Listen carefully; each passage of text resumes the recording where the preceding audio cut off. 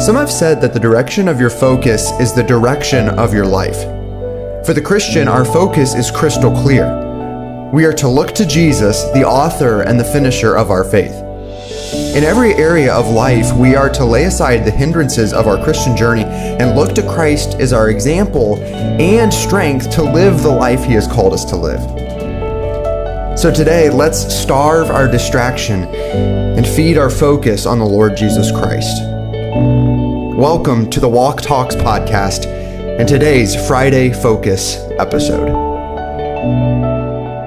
All right, welcome back to Walk Talks, the ladies edition. Emaley and I are very excited to start that back up this fall. And this fall, we have kind of a new little scheme for who we're going to invite on the podcast. Emaley, kind of tell us some of the people we'll be using this fall for. So we have decided to interview the staff ladies that are here at camp, that live with us here on the campsite, that work alongside us and serve with us here. So we're excited to have them. So excited. So today we're starting with the longest staff wife standing right now. I don't know how to say that exactly, but it's Amy Bill. We're so excited to have you, Amy Bill, with us today. Thank you. Thank you very much.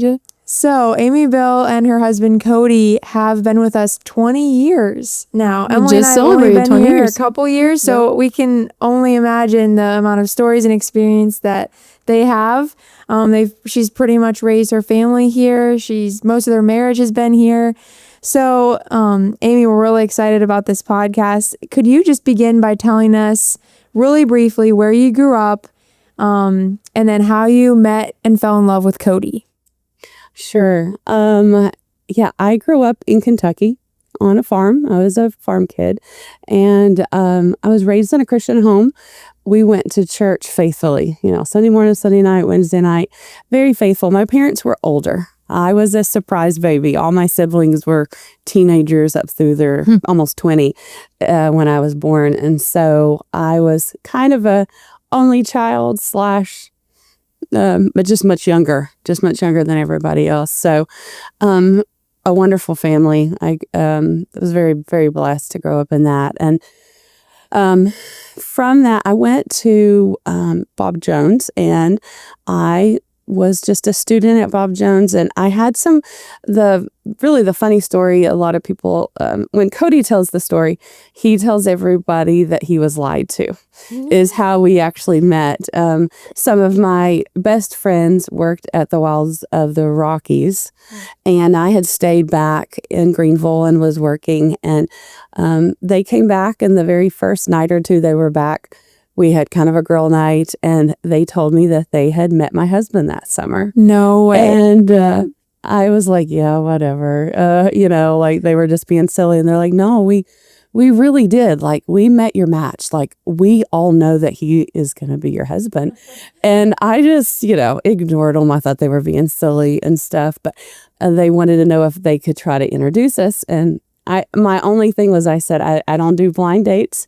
So we had a pretty good group of like 6 to 10 guys and girls that all hung out and did stuff together. So I just said, you can invite him to join our group, but I don't really want to do a blind date. So they actually planned a birthday party. I helped plan the birthday party. They kind of lied to him and told them it was the Wilds of the Rockies get-together party, and that's how they got him to the party. And we met, and that was really it. We got married probably less than 2 years later. So No way. I don't think I knew this. So yeah, they really were right. We did start dating right away. We broke up for a few months in there, but we got back together. And when we did, we got engaged pretty shortly thereafter and got married the next June. So my friends really were right. They did meet my match. They had met my match, and That's amazing. very thankful. So June of awesome. what year? So I, let's see. I was a junior when we met. He was a senior. Okay. And then you got married in June is what you said? We got married in June of 2000. 2000. So he had been out for a year working and had Okay. a place to live. And we got married, and yeah, that was it. Oh, that was kind of it. We lived in Star, South Carolina for the first year and a half. His dad was a pastor there, and we lived there and helped. We both just worked jobs and helped there in the church. And then we went to Virginia after that, and we were in Virginia for 4 years. My brother's a pastor up there, and we were in that church and worked full time. And that's really where we were when we got the call from Mike Herbster about Southland. Okay, so tell us about that a little bit. So it is kind of funny. A few months before that, we had friends that stopped by to visit, Josh and Christy Scheider, and they'd been friends for us for a long time. And it was February, and they had actually mentioned that there was a camp in Louisiana that really could use a maintenance guy, that we really should think about it. And Cody and I were, we were really nice about it. We're like, we'll pray about that. But I don't really know that Cody and I really prayed about it. We were just like, yeah, Louisiana, I don't think we're really interested in that. And at that point, he had started putting in some resumes because he did want to make a job change. And so he had put in, I believe it was 6 different resumes for job applications that he was overqualified for. And he wasn't getting any calls, which was really weird. Like, Cody Bill can, he gets a job and he's, that's never been a problem, and it's not a problem. It was just the Lord's timing, we can see when we look back on it. But, and so it was midsummer, and we had already talked, like, I think I'm going to just set up some more resumes and more job applications. And that's kind of where we were when we both came in one day, I came in and I pushed the button on our voicemail at that time, which is foreign to everybody to understand. But I pushed the voicemail, and it was Mike, and it was like, hey guys, this is Mike Herbster. We haven't talked in quite a few years, but I have a job opportunity or something I'd like to talk to you about.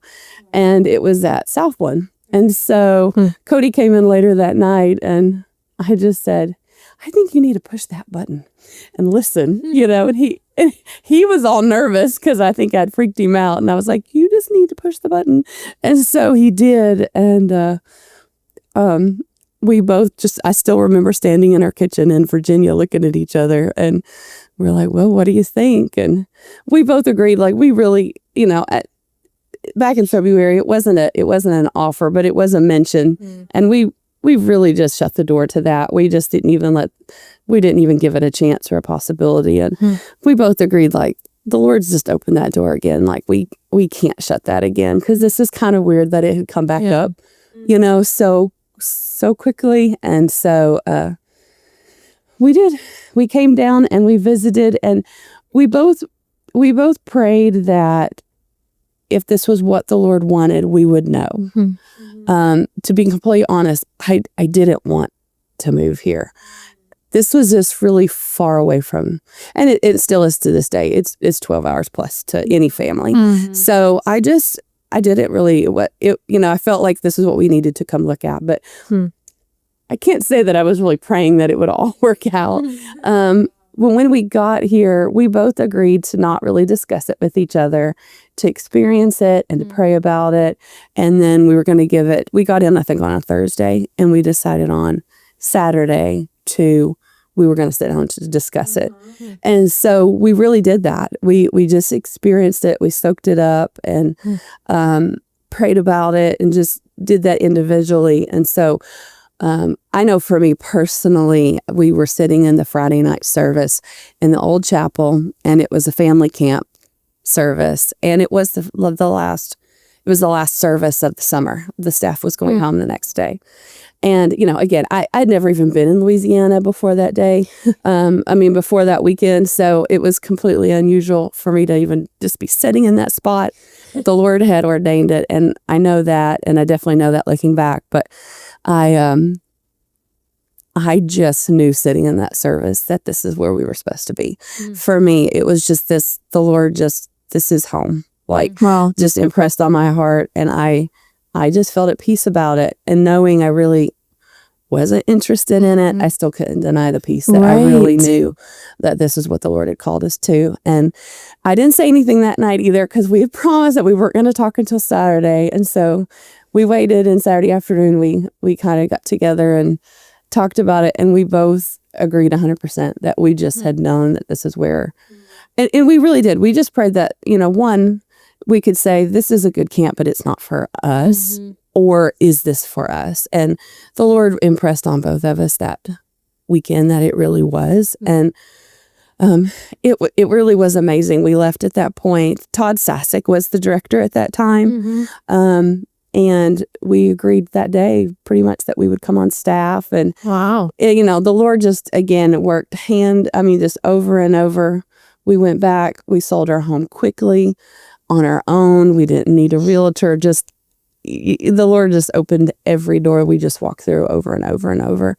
And so we were able to sell our home and be able to see family at Christmas time. And Cody's first day was January 1, 2006. And Wow, New Year's Day. So, That's cool. it was just amazing, really, in looking back. And I'm so thankful that we listened and we followed what the Lord had. Yes.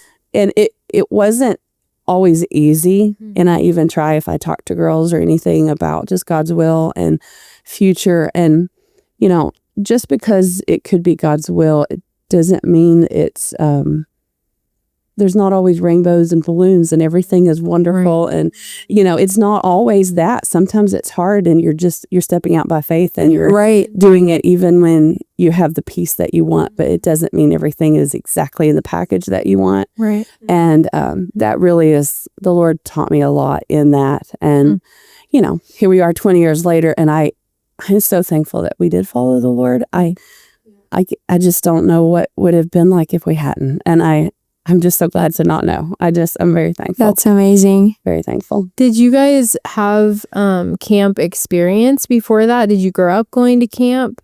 I did.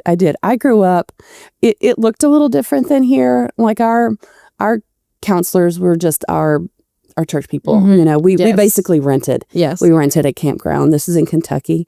And we went every year, every July. And I even remember hearing stories that I'm pretty sure my mom was pregnant with me or I was a baby when I went, probably the very first time. Like families would just even bring their kids and stuff. So I did grow up going to camp. I never imagined being in camp ministry.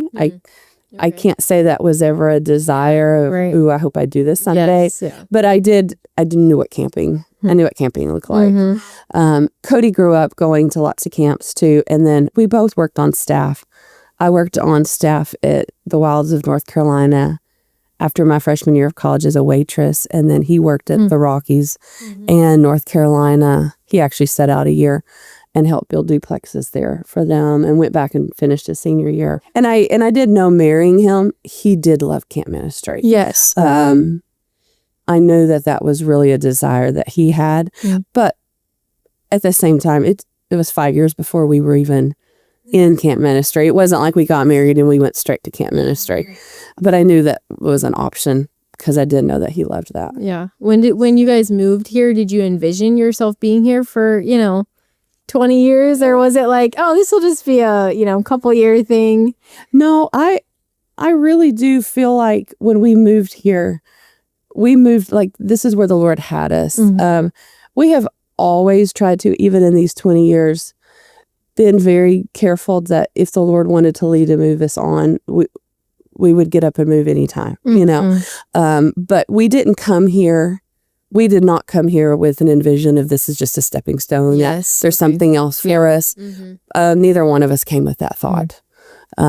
So it is kind of crazy to think 20 years later, we are here. Yeah. So right. It's crazy. It is amazing. June was our 25th wedding anniversary. So, 20 of those 25 years have been here. That's amazing. So Southland has really like shaped your whole family life, Absolutely. marriage. Absolutely. That's crazy. And your kids, so when you moved here, did you have any kids? How old were they? Reagan was 2 Okay. when we moved here. Wow. And that was just that was an interesting transition for her. She, everything was just very new. So bringing a 2-year-old here was just a really fun experience. And so it took her a year or two to really get established because at that point we didn't, we were pretty small. We didn't have a lot of rentals or even a lot of retreats.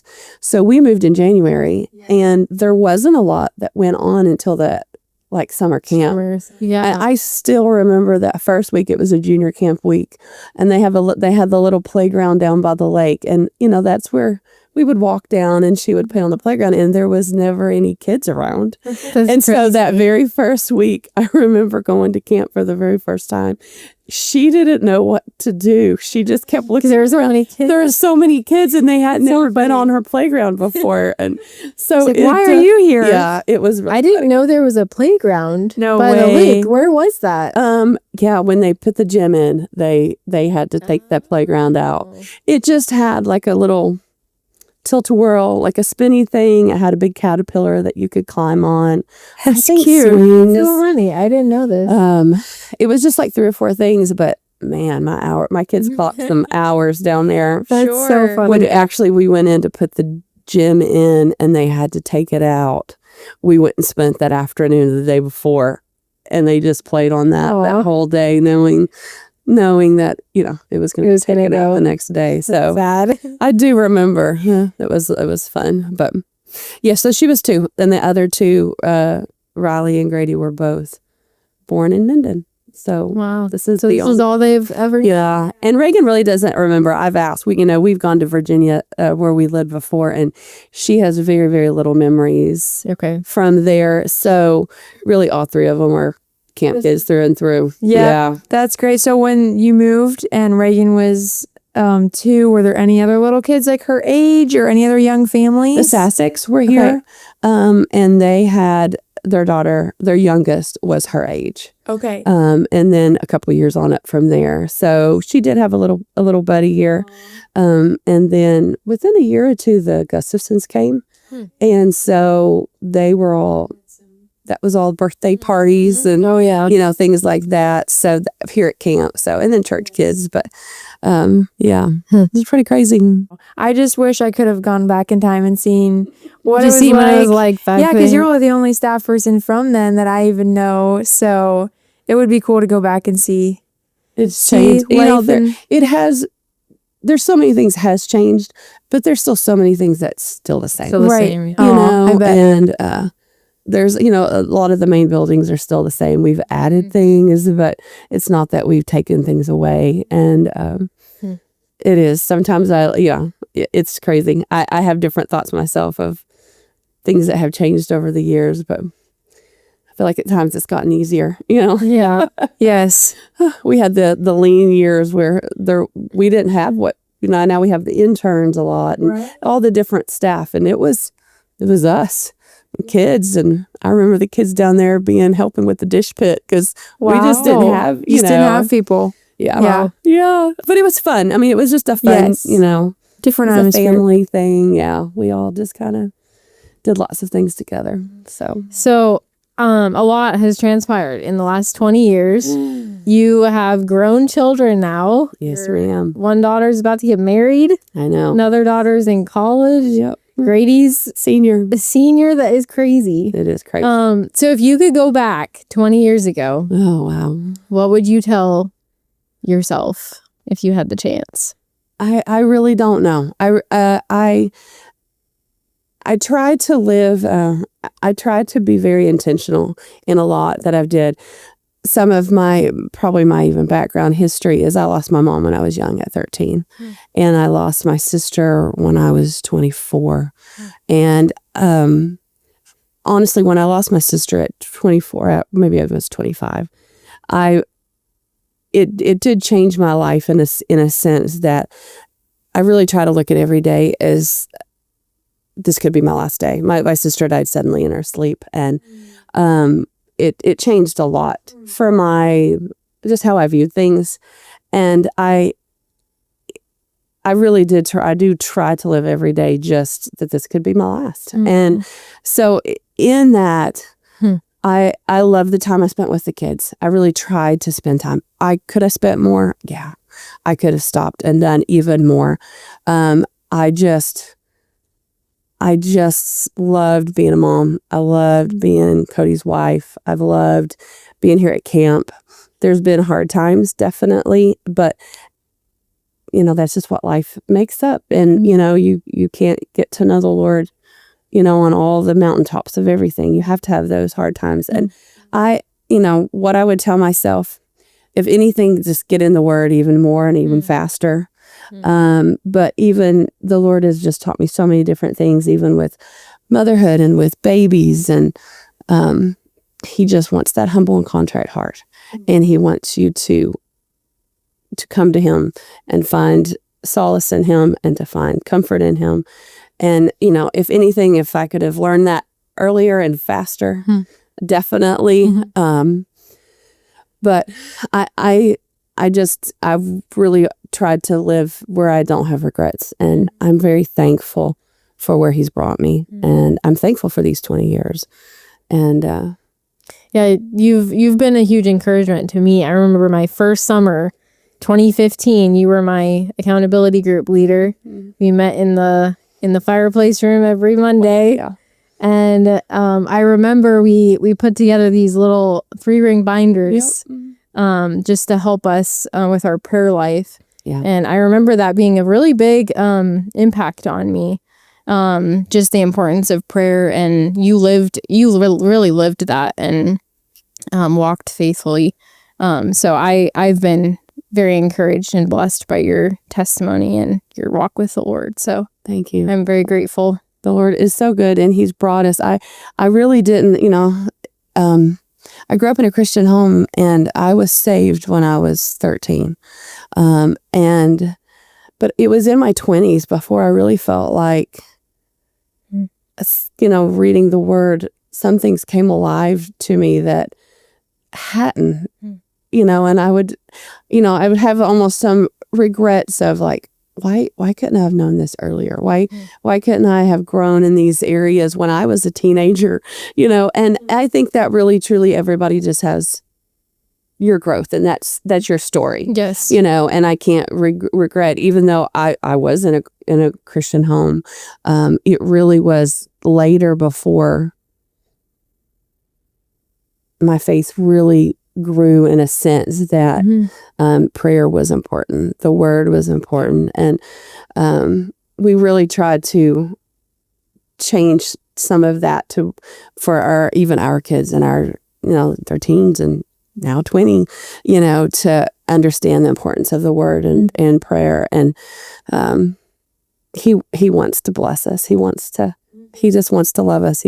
He's our Father. And I'm very thankful. Very thankful. Oh, praise the Lord. Thank you so much for your faithfulness. Oh, man, I want to be faithful really like done that. Anything. Right. I mean, it's one of those things. Emaley and I look at each other and we kind of say the same thing that you said when you first came here. Like, we're here. We love it here. We don't know how long God has us here, but we're willing to be here 20 years. Yeah. And we really pray for that same kind of faithfulness. So on a very fun note, just to end this podcast, just out of curiosity, I'm sure our listeners, know you pretty well down at camp, but just in normal life, what is like one hobby that you have that's very Amy Bill? Like, maybe not many people know you have this hobby. What's something that you just really are passionate about? I do love my plants. I am a plant mom. I just love them. They just thrill my soul. When I see new plants, I want to have them. I love that. I was actually on a trip in Mississippi just last week, and there was a plant store we went in, and they were so expensive. And I thought, that is so crazy. All I need is one leaf off of that, and I could root me a plant. I love that you know that much about plants, that you can look at a plant and be like, I can propagate that. I aspire to be that way. I really did. When we left, I just thought all I needed was a little pair of scissors, and I would be just fine. This is really kind of really weird in the sense, but there was one plant that I loved, and it was really overpriced. But I really did kind of look to see if any leaves had fallen off. But there wasn't. It was very clean. It's so funny. That is amazing. But it is funny. I have passed it on. Both of my daughters particularly love plants. And actually, Riley just left to start up to Maranatha today to Reagan, and she took a styrofoam cup with 5 different clippings that Reagan wants for her office. And Riley took her. She has a little fern named Fergus. So we have named our plant. Not every one of my plants have names, but we have, and I have passed it on to my daughters, and they are learning how to propagate plants too. I love that. Amazing. It's really nerdy, but I do love my plants. That's great. I have a few plants on my porch that don't do as well as Amy Bill's plants, but whenever they are struggling, she's my first call. They're just beautiful. They're beautiful. They are. Yep. When they survive and do well in my hands. Exactly. Oh, well, thank you so much for getting on the podcast and just sharing part of your story. Thank you. Yeah, I enjoyed a lot of those questions I didn't even know the answer to, so it was super fun to just chat. Say hi to Amy Bill when you come to Southland. Absolutely. Bring me plants. Yeah, bring her some plant clippings. Yeah. We hope that you enjoyed today's episode of Friday Focus, presented by the Walk Talks podcast. Make your plans to join us next week for another set of podcast episodes that will encourage you in your walk with the Lord Jesus Christ.